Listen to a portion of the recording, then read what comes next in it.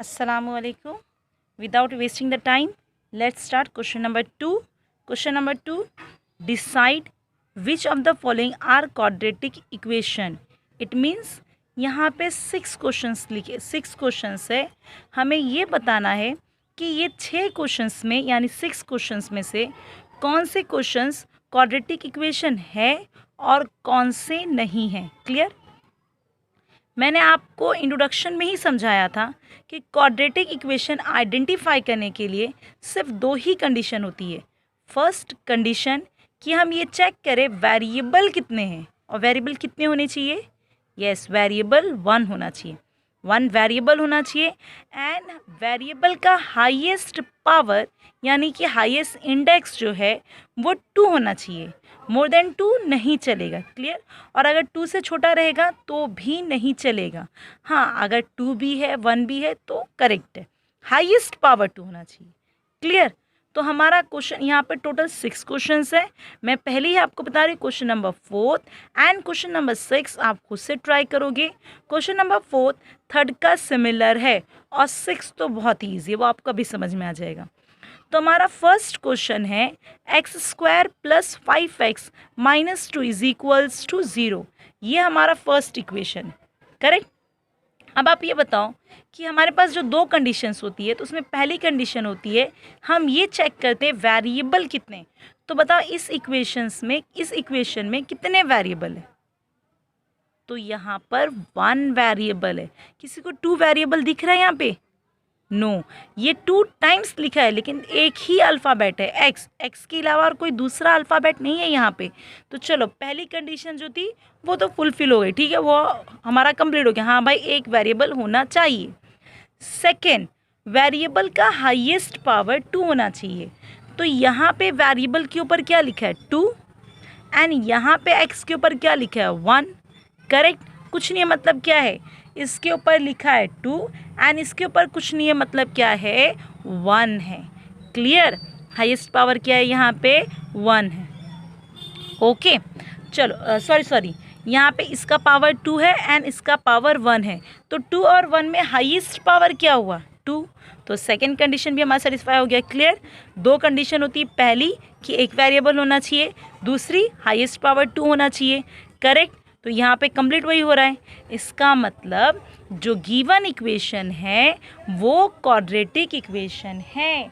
आप चाहो तो डायरेक्ट लिख सकते हो it is a quadratic equation, लेकिन हम यहाँ पे पहले एक सेंटेंस लिखेंगे और वो सेंटेंस है हमारा since in the equation. Clear. ये इन है. Okay. Since in the equation जो हमारा मेन रहेगा वो आपको लिखना है x² + 5x - 2 = 0. अब उसके बाद जो आपका वेरिएबल है, तो इसमें वेरिएबल कौन है x. तो x is only variable. x सिर्फ अकेला वेरिएबल है यहाँ पे और कोई वेरिएबल नहीं है. एंड वेरिएबल का हाईएस्ट पावर क्या है यहाँ पे 2 एंड मैक्सिमम इंडेक्स मतलब power, maximum index of the variable is 2. Clear. दोनों कंडीशन यहाँ पे हमारा फुलफिल हो रहा है. हाईएस्ट पावर 2 है और एक ही वेरिएबल है, therefore it is a quadratic equation. Clear. यहाँ पे क्वेश्चन वाइंड अप हो गया हमारा. ओके. यही काम करना है, बस हमें 2 कंडीशन चेक करना है. 2 कंडीशन में से अगर एक कंडीशन फुलफिल हो रहा है, एक नहीं हो रहा है, तो आप ये समझ जाना कि वो क्वाड्रेटिक इक्वेशन नहीं है. दोनों कंडीशन होना चाहिए. ओके. अब सेकेंड क्वेश्चन है y² = 5y - 10. क्लियर. अब आप चाहो तो पहले इसको स्टैंडर्ड फॉर्म में लेके आ सकते हो क्योंकि ये स्टैंडर्ड फॉर्म में नहीं है. हाँ, अगर आप चाहो तो इसको स्टैंडर्ड फॉर्म में नहीं लेकर आओगे तो भी चलेगा. बट अब हमें ये चेक करना है कि ये हमारा क्वाड्रेटिक इक्वेशन है या नहीं. सो उसके लिए पहले मैं क्या चेक करूँ. यस, पहले मैं ये चेक करूँगी कितने वेरिएबल है. तो यहाँ पर कितने वेरिएबल है 1 वेरिएबल है. y ओनली वेरिएबल है यहाँ पे. अच्छा, y का पावर 2, यहाँ y का पावर कुछ नहीं मतलब 1. तो 2 and 1, तो हाईएस्ट नंबर क्या है यहाँ पे 2. अच्छा, तो यहाँ पे भी एक ही वेरिएबल है एंड हाईएस्ट पावर 2 है. सेंटेंस याद होना चाहिए। पहला सेंटेंस था इन द इक्वेशन, इक्वेशन के बाद आपको अपना सेंटेंस लिखना है। Y square is equals to 5y minus 10 is equal 5y minus 10, correct. In the equation Y square is equals to 5y minus 10। अच्छा, वेरिएबल कौन है यहाँ पर? y है, तो y is only variable, correct. And maximum index of the variable is 2, यहाँ पे भी हाईएस्ट पावर क्या है? 2, therefore it is a quadratic equation, correct. चलो अब स्टार्ट करते हैं क्वेश्चन नंबर थर्ड आपको सॉल्व करवाना पड़ेगा। ओके, तो कैसे सॉल्व करेंगे ध्यान से देखते हैं। हमारा थर्ड क्वेश्चन है Y square plus 1y is equals to 2, correct. अब हम इसको चेक करते हैं कि ये हमारा क्वाड्रेटिक इक्वेशन है या नहीं। तो यहाँ पे भी कितने वेरिएबल्स हैं? ओनली वन वेरिएबल का नाम है y, करेक्ट। चलो y का पावर 2, इसका पावर 1, हाईएस्ट पावर 2 है, तो यहाँ पे भी तो सेटिस्फाई हो रहा है। मतलब दो वेरिएबल्स में एक ही वेरिएबल है, यानी एक ही अल्फ़ाबेट है यहाँ पर, और हाईएस्ट पावर भी 2 है। इसका मतलब इसे क्या होना चाहिए? Quadratic equation. क्या होना चाहिए? Quadratic equation. इसका मतलब ये क्वाड्रेटिक इक्वेशन है, it is a quadratic equation. Right, wrong, ये क्वाड्रेटिक इक्वेशन नहीं है। अब क्यों नहीं है? अब आप ध्यान से देखो। पहले आप इसको डायरेक्ट आंसर नहीं लिख देना, ओके। अक्सर आप लोग क्या करते हो, देख लेते हो एक वेरिएबल है हाईएस्ट पावर 2, डायरेक्ट आंसर लिख लिए। जब भी डिनोमिनेटर में आपको कोई वेरिएबल नज़र आएगा तो आप वहाँ पे डायरेक्ट आंसर नहीं लिखोगे, पहले आपको थोड़ा सा सॉल्यूशन करना पड़ेगा। और सिंपल सॉल्यूशन जो हमने 1.1 में सीखा था, ये हमारा y है। अच्छा चलो, ये तो ऑलरेडी मैंने बहुत बड़ा बना दिया है। वैसे इसके डिवाइड में कुछ नहीं है, सो मैं इसके डिवाइड में क्या डाल दूँगी? 1, क्लियर। अब ये डबल रेशो, बीच में प्लस, तो क्या करना चाहिए? यस, मैंने 1.1 में समझाया है, cross multiply and denominator multiply, clear. So Y square को हम y से मल्टीप्लाई करेंगे, y स्क्वायर को मल्टीप्लाई करेंगे y से।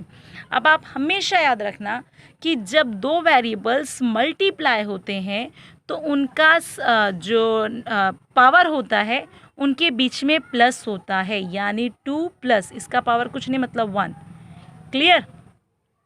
जब आप दो वेरिएबल्स को डिवाइड करते हो तो उनके जो पावर्स होते हैं उनका माइनस होता है, और अगर आप इन दो वेरिएबल्स को प्लस करना चाहो तो नहीं हो सकता है, क्लियर। ये दो वेरिएबल्स इसलिए प्लस नहीं हो सकते हैं क्योंकि दो वेरिएबल्स को प्लस करने के लिए वेरिएबल का सेम टू सेम होना ज़रूरी है। सेम टू सेम का मतलब होता है सेम टू सेम, मतलब y है तो y ही चाहिए, x है तो x ही चाहिए प्लस करने के लिए या माइनस करने के लिए। x स्क्वायर है तो आप x क्यूब के साथ नहीं कर सकते हो, x स्क्वायर के साथ ही प्लस कर सकते हो, क्लियर। मतलब सेम होना चाहिए। हाँ, आगे कोएफिशिएंट्स अलग है वो अलग बात है, क्लियर, पर जो वेरिएबल है वो सेम टू सेम होना चाहिए, यहाँ तक उनके पावर भी सेम होना चाहिए। पर मल्टीप्लाई और डिवाइड हो सकता है। मल्टीप्लाई एंड डिवाइड होने के लिए अगर सेम वेरिएबल्स है तो वेरिएबल 1 टाइम आ जाता है और उनके जो पावर होता है उनका प्लस होता है, और अगर डिवाइड हो तो उनका पावर का क्या होता है? माइनस। ओके, चलो, तो वाई स्क्वायर एंड वाई, अगर मैं इसको प्लस करूँगी तो क्या हो जाएगा? अगर मैं इसको मल्टीप्लाई करूँगी तो क्या हो जाएगा? Y cube, clear. Y square and Y 1 तो हो जाएगा वाई क्यूब। चलो अब ये क्रॉस मल्टीप्लाई, 1 1 ज़ा 1, अब डिनोमिनेटर मल्टीप्लाई, y 1 ज़ा y is equals to 2, correct. So y cube plus 1, similar, ये 2y यहाँ पे डिवाइड में, इधर आया तो मल्टीप्लाई में, एंड 2 को y से मल्टीप्लाई करोगे तो 2y बाजू में लिख कर आ जाएगा। अब आप चाहो तो इसको स्टैंडर्ड फॉर्म में लेके आ सकते हो, बट वो ज़रूरी नहीं क्योंकि 1 मार्क्स का क्वेश्चन है। हाफ मार्क्स थोड़ा सॉल्यूशन पे आ जाएगा इस क्वेश्चन में, एंड हाफ मार्क्स आपके सेंटेंस पे। तो यहाँ पे भी हम सेम लिखेंगे, सेंस इन द इक्वेशन। अच्छा, जब आप इक्वेशन लिखते हो तो आपको मेन इक्वेशन लिखना है। आपका मेन इक्वेशन है Y square plus 1y is equals to 2, correct. Okay, in the equation y square plus 1y is equals to 2, y is only variable, यहाँ पे एक ही वेरिएबल है, करेक्ट, और वो वेरिएबल है y, right. So y is only variable and variable का highest power क्या होना चाहिए, 2, करेक्ट। अच्छा, इसका हाईएस्ट पावर क्या है, यहाँ 3, यहाँ 1, तो हाईएस्ट पावर क्या है 3, तो क्या 3 वाला क्वाड्रेटिक इक्वेशन होगा, नो। तो लिखो but the maximum index of the variable is 3, clear, therefore it is not a quadratic equation, okay। Shortcut लिखी हूँ क्वाड्रेटिक इक्वेशन, लेकिन आपको फुल फॉर्म लिखना है क्वाड्रेटिक इक्वेशन। शॉर्टकट लिखने पे आपके हाफ मार्क्स यहाँ पे माइनस हो जाएंगे, क्लियर। आपको पूरा फुल सेंटेंस लिखना है, it is not a quadratic equation, यहाँ पूरी स्पेलिंग लिखनी है आपको, क्लियर, ओके। तो यहाँ पे वेरिएबल तो एक ही था, लेकिन वेरिएबल का हाईएस्ट पावर क्या था 3, हाँ, इसीलिए ये क्वाड्रेटिक इक्वेशन नहीं है, ओके।